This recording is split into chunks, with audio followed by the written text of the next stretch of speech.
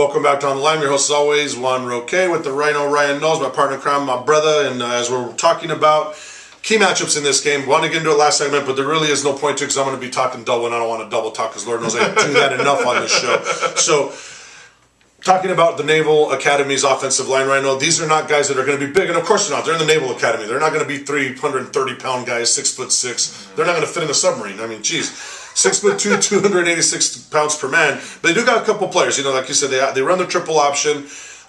They got a left tackle, Ryan Paulson, who's 6'4", 266. And my key matchup right now is going to be Carl Bradford and Junior Onyele against this guy. He's a converted defensive tackle in his first year starting. This is an area that I think could be exposed. He's very good at run blocking, but again, he's as big as some Pac-12 defensive linemen.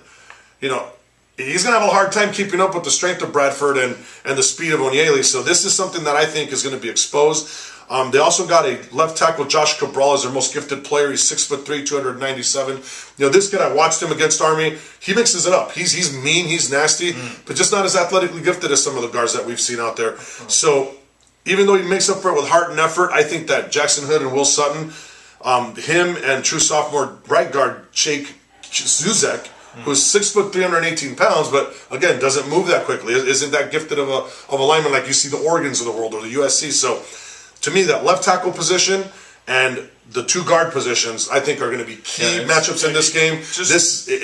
Just looking at this O-line, I don't mean to cut you off, but it's almost like this team plays an option out of necessity because they don't have size. They don't have the horses up front to really work any other type of offense for the most part. Absolutely, they can't really play straight up with other teams. They have to spread it out. They have to get out on the edge. Yeah, and I think this is a game where D-line can, where they can. Yeah, our D-line and Dellebacker can really do some damage on this. And Ryan, what's your key matchup? Well, my front, it's going to be ASU's front seven against Navy's backfield, and I'm including quarterback Keenan Reynolds in that. And Navy, like you said, they love when they get their O-line outside, they love to get into the second level and give their running backs more room to run. So that means Brandon McGee, Chris Young, and the rest of that front sevens need to play disciplined, gap control football. No missed tackles. No missed tackles. They got to shore up that run D that they've struggled on because we know Navy's going to run the ball. You know what's coming, so they got to be prepared. And the ASU has been preparing in practice for this, but you can't rely on Will Sutton so much because he has not really practiced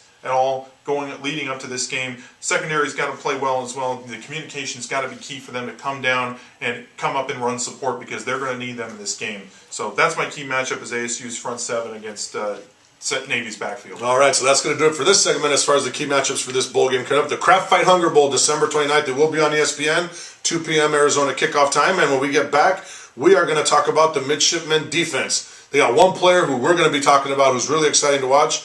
Beyond that, well, we'll let you be the judge. Don't go away.